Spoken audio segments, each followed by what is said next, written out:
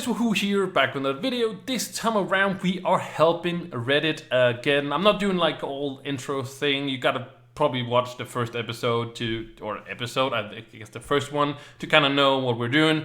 Pretty simple, or TLDR, is that I go on Reddit, I help people. I'm not typing it in, but I'm just helping people verbally, and people can, go watch this one again. So we're gonna find some people to help on the Reddit, and yeah, let's just do it. All right, so let's see. First one here. Somebody is asking. Some person did a good job by a long comment, but let's see if we can see what this guy. He's saying mid game, so mid game of that. So he's been playing on and off for a few years. He's like 400 MR. That's of course master rank. He's 30k. Tomb Raiser main. I have another level 30 dabble. I feel like pretty grasping the thumb. However, I can't tell what I'm doing for flux, making around a day, doing my thing, but no, enough for in-game purchase. All appreciated. All the advice appreciated. All right, cool. So first of all, a person, he says he has 400 mastery rank, and also 30k Tomb Raiser.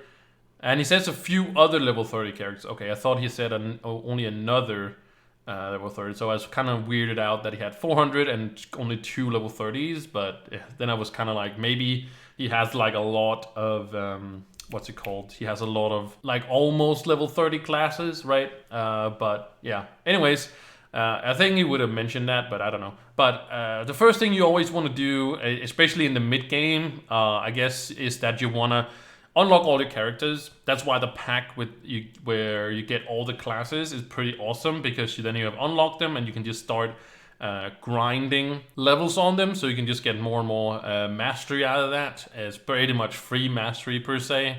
Also, you can unlock, as you unlock levels, you also unlock gym slots. So gym slots, of course, can give you more power rank. So it's just basically you're getting more mastery, more power rank just by leveling up your characters. So that's very, very important to do so. And also you can just do it pretty simple. And the thing is now that we also have the effort on our leaderboards. So leaderboards, of course, the more you do, you get on the leaderboards for that. And if you do like 125 points, at least you are, guaranteed some rewards like Bound Brilliance and Empowered Gym Boxes. So that's all what I do basically every week, is that I play those characters and then I get the Bound Brilliance and the Empowered Gym Boxes. So yeah, this is what I do every single week. And you should do the same. And when you have unlocked them, you can then earn points for them. You cannot earn points on trial classes. So if you don't own the class, you cannot just play it and, therefore get the stuff. So that's why unlocking classes is very, very important in the mid game. So my my advice with this guy would be like unlock all the classes if you haven't already, then start leveling them week by week, because it's week that it changes for which classes that are top, all the 3 classes you have to do to get the effort. And of course you can go above the 125 points, but you're guaranteed to get that 125 points. Then it comes into what rank you are going to be anyways. So, but if you have unlocked them all, you can just pick one and then go with that one as it is. So that's what I would advise this guy to just grind classes and not think about what you're spending your flux on and stuff like that. Maybe in the beginning, you can still spend a little flux here and there by upgrading some gems or upgrading some gear and stuff like that, but you shouldn't worry too much about in the mid game about flux per se. You are going to, in the indie game, you are going to need a lot of flux, and that's going to come when you do have unlocked a lot of mastery and a lot of power rank and stuff like that. But that, yeah, just grind out a game. That's it. All right, we got another one here. Somebody says, hey there, I want to know if Shadow or Stellar is better. That is quite a good question. If you don't know, Shadow is the inferior to Stellar. It goes Shadow 1, 2, 3, 4, 5, and then it goes Radiant, and then it goes Stellar, and then we get into the Crystal, which is 1, 2, 3, 4, hopefully 5 at some point, but until right now it's only 4. But I think they will go with 5. I wish that the system was different, because we have all the different tiers going up to Shadow, and then you have Shadow 1, 2, 3, 4, 5, and then it goes into like a single tier I think it is, like, if you can say like that. Radiant like only has one level, and then Stellar only has one level. There's only Radiant and then Stellar. But then they switch it over again to Crystal, but having 1, 2, 3, 4.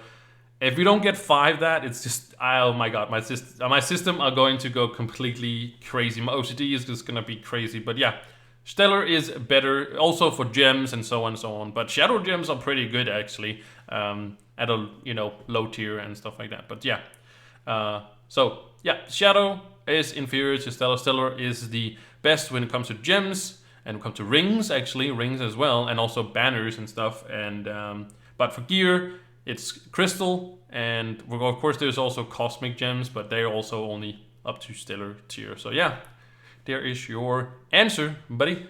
All right, we got another one right here. So I already looked at this one, and yeah, I don't know why I'm getting a G2 Reddit whatever a promotion. Thank you so much, G2A. But yeah, I saw this one, and then when it was loading in, there was no comments. But then when I loaded again, there was a bunch of comments. So yeah, this one, I picked this one because what is the best beginner class overall? I'm new to the game and I want to help. Want some help. What's the best beginner class? So the best beginner classes are the beginner classes as you are introduced in the tutorial. There is not really per se a best class. It's more of a preference, for sure a preference. But if people really want to have me say one class, I would say the Candy Barb. The Candy Barb is probably the best one. It does come down to playstyle because either you like range or you like melee and stuff like that. But the Candy Barb do have some sustain, which could make it the best one. It is. It's kind of like making a tier list where it's like, yeah, the best classes are this and this and this. But it's really mostly not 90% of the time, but like more of like, I would say 60% of the time, it's more people's personal preferences that comes into a tier list, especially now that all the classes are mostly on the same level. Magic users are of course stronger than melee classes or physical damage characters in there. But that's more of a overall problem than a class specific problem. So, but yeah, if you really want the best beginner class, I would go with the Candy Barb. But any of the starter classes are pretty good to stay. The first person actually says just pick whatever you have fun with. To be honest, don't worry about getting the meta. Worry about the meta. Well, basically the top 2 classes later on. It's basically just getting a hold of starting the game, and like the Candy Barb is a good place to start for sure. All right, we got the next one here, and I also clicked this one, of course, just to see if it's what it was. And there's a long, thing, but the question is there any good reason to play a tank role in Trove? So if you take the classic 3 roles, there's DPS, there's tank, and there's healer. The Chloromancer did get a rework, so it's a little bit more like a healer. It should be the healer in the game, but it doesn't really matter. The first guy here, actually down here, says Death Defying Veil, but I'm not sure that is the correct just because of the vial. But I would rather say that it's more about the whole setup around Trove. So like, let's take World of Warcraft, where you do have the classic 3 roles where we have, tank, healer, DPS. The tank do absorb a lot of damage, but it also holds aggro. And in Trove, there's not really holding aggro per se. There's no aggro abilities per se. The Revenant has its shield that it makes it a little bit more obvious to hit you, but to be honest, it's just not really tanking, I would say, in my mind, because they can just split off, and more than often it actually does just split off. It just leaves people behind and so on and so on. So yeah, it's just I don't really feel like just because of the vial, it's because of that there's no tank. But I just don't see, it's just not the way the playstyle of Trove to have the classic healer, tank, DPS. But it is nice with a healer though, as a Chloromancer, with the ultimate and clash gem and stuff like that too, because you can take random damage, and that can help you and not have to use your vials and stuff like that. If you're just like little Leviathan, it's just it's not really, it's just there and you just defeat it basically, right? But yeah, there's no need for all these there. I wish there were. I wish they would do so with like the whole thing. That's why I set Trove up for the delves and doing like that. That it would be a challenge where you actually had to work together instead of just being 8 individuals that just has their potion and just pumping them out. But it's just more about making strategies and tactics and stuff like that.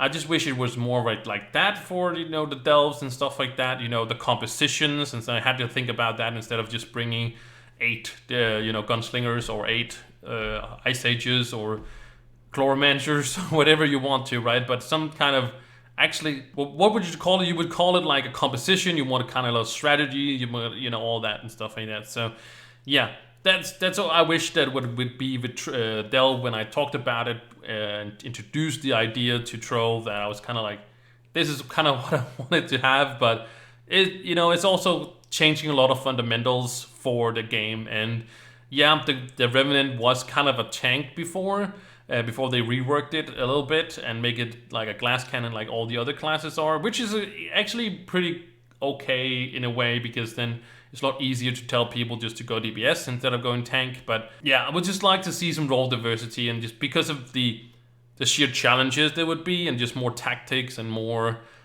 interesting gameplay and whatnot, and yeah, all that stuff. But anyways, that was what we had for you today. Hopefully you guys also got some questions answered, or you guys saw, hey, who talked about is in Reddit, and maybe one of these were actually you. And yeah, there's a lot of comments. I was thinking about I should go write to this guy on this, because there was no comments. But then when I opened it again, there was comments, because yeah, I thought it was kind of sad that nobody actually answered that. But usually people are very nice to answer these questions when it's like simple questions like these. So people are, you know, all that. But yeah, the Reddit is pretty great to have some fun with, at least. So anyways, I'm babbling. Anyways, we're just gonna end the video here. I hope you guys again enjoyed it. If you did, make sure you like and subscribe. It helps me out very much, and it's super much appreciated. Thank you so much, and I will see you in the next one. Bye.